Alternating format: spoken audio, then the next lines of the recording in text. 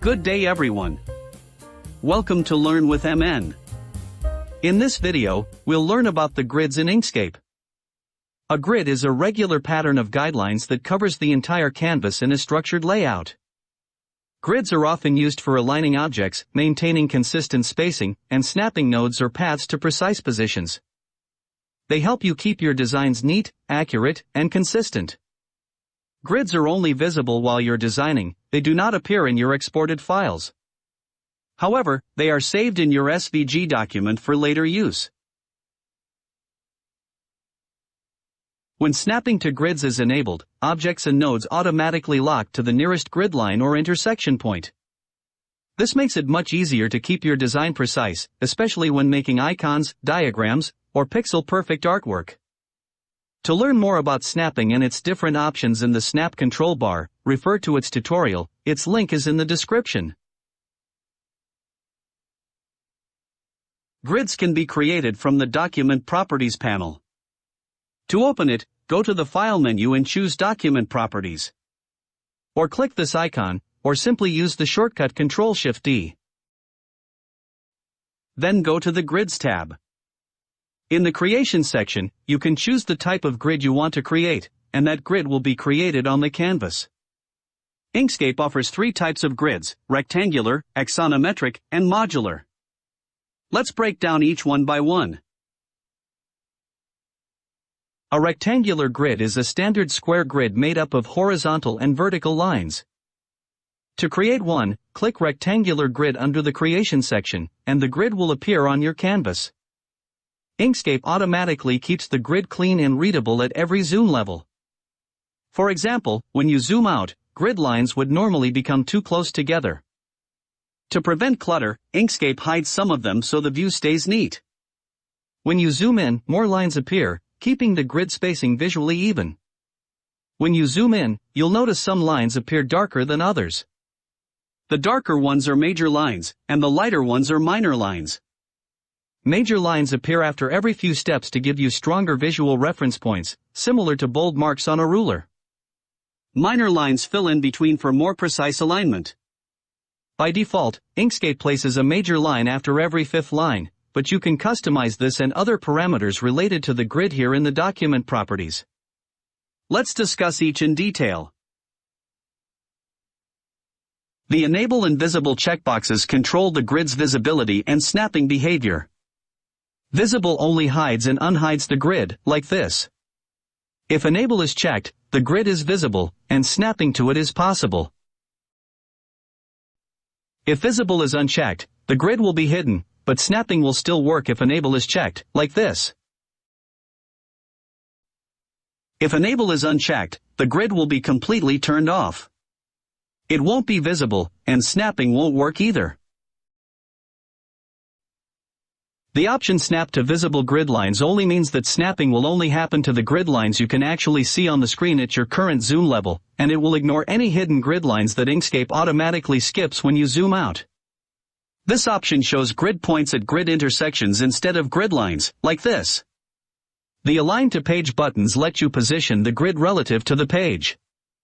By default, the grid's origin is at the top left corner, where both X and Y coordinates are 0.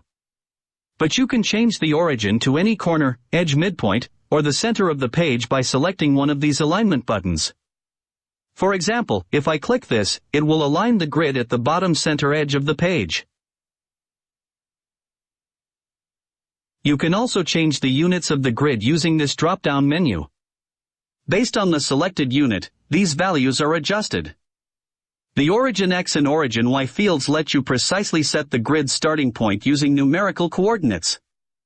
X is for the horizontal coordinate, and Y is for the vertical coordinate. The spacing X and spacing Y values define the distance between grid lines. Equal spacing creates square grid cells, while different values create rectangular cells. Here you can customize the color of major and minor lines by clicking it. As we discussed earlier, the major grid line appears after every 5th line by default. You can change that number here by typing any custom value, like this. To delete a grid, simply click the Remove button. In Inkscape, you can create multiple grids in the same document. Just click the type you want, and a new grid will be added above the previous one. Each grid gets its own tab where you can control visibility and settings independently. Inkscape automatically assigns an ID to each grid, but you can rename it by editing the ID of the grid using the XML editor if needed. To do this, open the XML editor and find your grid by its ID. Once selected, you'll see its properties listed on the right. Look for the property named ID, and change this value to the desired name you want for the grid, and press Enter. Now, when you reopen the Grid tab in Document Properties, the name of the grid will be updated. The second type of grid is the axonometric grid. An axonometric grid is a special angled grid used for isometric or 3D style drawings. Instead of square cells, it uses 3 sets of parallel lines, 1 is vertical, and 2 are angled at 30 degrees, forming a diamond or parallelogram pattern. To create it, click Axonometric Grid in the Creation section, and the grid will be created. The darker lines represent major lines, and the lighter ones are minor lines. One small parallelogram represents a single grid cell. The settings here are quite similar to the rectangular grid, with just a few differences. In this grid, there's only one spacing value. Spacing Y, which controls the distance between the vertical lines. There are 2 additional fields, angle X and angle Z, that let you adjust the angles of the 2 slanted axes. Angle X changes the angle of the X-axis, which runs from the top left to the bottom right. Angle Z changes the angle of the Z-axis, which runs from the top right to the bottom left. In front of the Angles field, there is a down arrow button. Clicking this shows the option Set Angles from Aspect Ratio. When you click Set, this automatically calculates the grid angles based on a width-to-height ratio you enter. For example, if I type 1:1, both width and height of a grid cell will be equal, and Inkscape will set both X and Z angles to 45 degrees. If I type 2:1, the width will be twice the height, and the angles will adjust accordingly. The third type of grid is the modular grid. A modular grid is designed for working with square or rectangular modules, like tiles or blocks. To create a modular grid, click the Modular option in the Creation section, and the grid will be created. Unlike the rectangular grid, which only shows evenly spaced horizontal and vertical lines, the modular grid adds both horizontal and vertical divisions based on the spacing you choose, creating repeating blocks or modules across the canvas, like this. This is especially useful when you want to design things that follow a block-based layout, such as icons, patterns, pixel art, or interface elements. Some of the options here are the same as in the previous grid and work in the same way, while a few new options are specific to this grid type. Block width and height adjust the width and height of this block in the grid. Gap X and Y adjust the gap between each block. X is for horizontal, and Y is for vertical. By default, it is 10 mm for both. Margin X and margin Y define the extra space, or margin, outside each block in the grid. Margin X controls the left and right margins for every block. For example, if I type 5 in margin X, it will create the minor lines of margin on the left and right sides of each block, like this. Similarly, margin Y sets the top and bottom margins.